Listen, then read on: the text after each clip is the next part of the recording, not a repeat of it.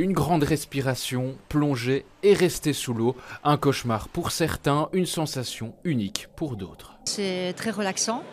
Et ensuite, l'apnée, bah oui, c'est le relâchement, le détachement. Donc ça m'a apporté beaucoup de choses dans ma vie privée, dans ma vie professionnelle. C'est-à-dire que on voit les choses tout à fait différemment. La plongée bouteille, on plonge pour découvrir le milieu marin. Quand on fait de l'apnée, on plonge surtout pour se découvrir soi-même, on plonge en soi-même. En compétition en piscine, il existe deux catégories principales. L'apnée statique, le but, rester le plus longtemps possible immergé sous l'eau. Véronique Renard détient le record de Belgique. J'ai réalisé un temps de 5 minutes 41 secondes précisément. Donc voilà, mais c'est pas une fin en soi.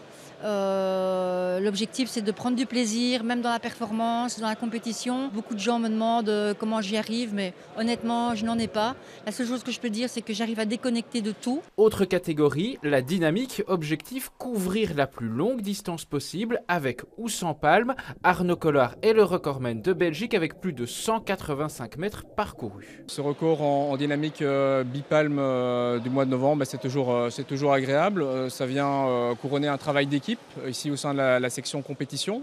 Parce que même si c'est un sport individuel, dans sa pratique, c'est quelque chose qui est assez collectif. Pour préparer ses compétitions et ses performances, les apnéistes ont chacun leur méthode. Il faut certaines capacités pour être apnéiste. Ce qui est plus spécifique à ce sport, c'est évidemment le relâchement.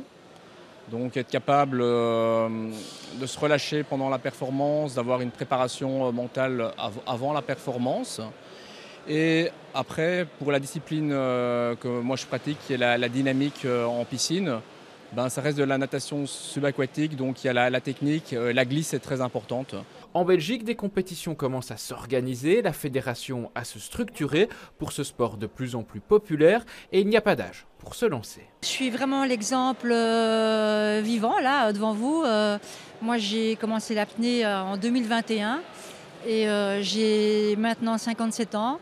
Donc voilà, il n'y a pas vraiment d'âge pour faire l'apnée.